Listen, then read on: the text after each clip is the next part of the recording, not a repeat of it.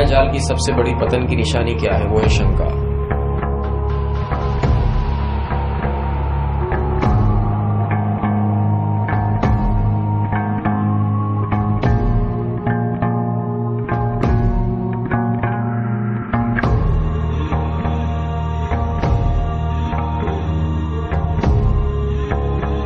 शंका के भंवर में एक बार चले गए, फिर वहां से उबरना नामुमकिन जैसा है।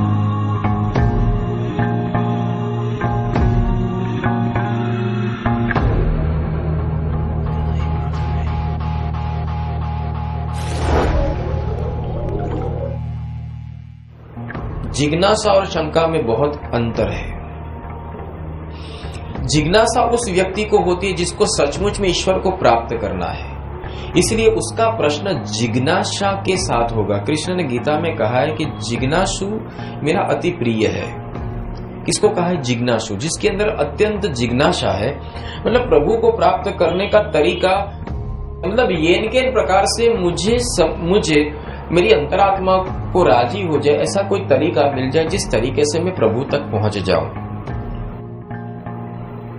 जिज्ञासा प्रकट होती है आत्मा से, और उसके सामने दूसरी आती है शंका। शंका प्रकट होती है मन से।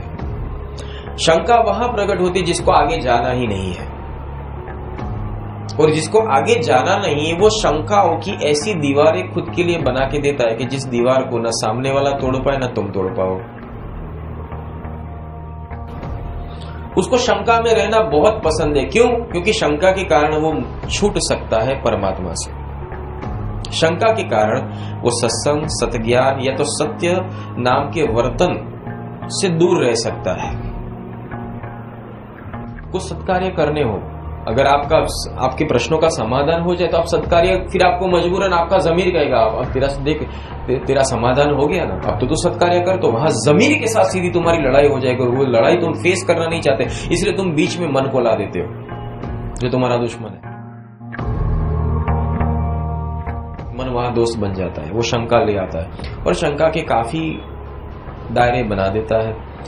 दूसरी बात है, आप सपोर्ट वहां मन को करोगे, मन के साथ रहकर आत्मा से प्रश्न पूछोगे, या तो अगर तुमको लगता है इसका जवाब मिलता है, तुम शंका के दायरे में रहो, शंका करके बैठ जाओगे, तुम उसके समाधान के लिए नहीं जाओगे। और अगर समाधान मिलता है तो भी तुम क्या करो? समाधान समझ में तो आ गया, फिर भी एक क्वेश्चन रखोगे, फिर भी आगे क्या मालूम।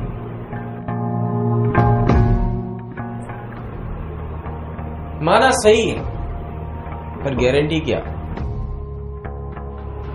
वहां वो आकर तुमको छोड़ देगा। माना प्रहलाद को भगवान मिले, उसने भक्ति अच्छी की, तो मेरी गारंटी क्या? माना कि ये शब्द है, शब्द से मुक्ति होती है, पर नहीं हुई तो यहां प्रश्न लाके रख देगा।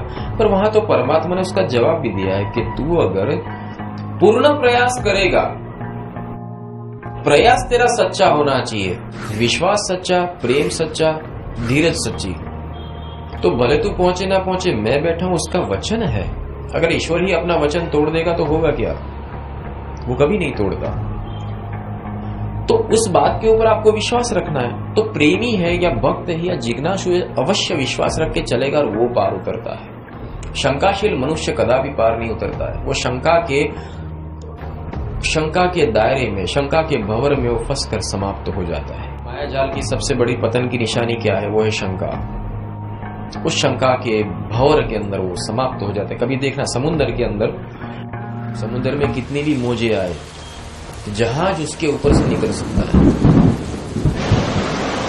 और अगर कहीं भंवर आ गई, भंवर के बारे में जानना हो तो इसको कहते हैं बरमुडा ट्रायंगल। कहा जाता है वहां से जो विमान गुजरे हैं, जो जहाज गुजरे हैं, कहाँ गए हैं पता नहीं चला, कि आसमान खा गया या समुद्र निकल गया, आज तक किसी को पता नहीं चला।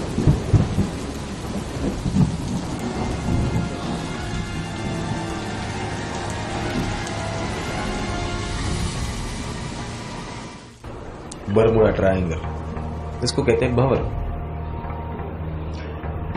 भंवर हर एक जगह है, पृथ्वी में भी भंवर है, आसमान में भी भंवर है, जिसको ब्लैक होल कहते हैं। जिस किसी को निकल जाता है वो समाप्त हो जाता है। इस तरह से इस मायाजाल का सबसे बड़ा भंवर है शंका।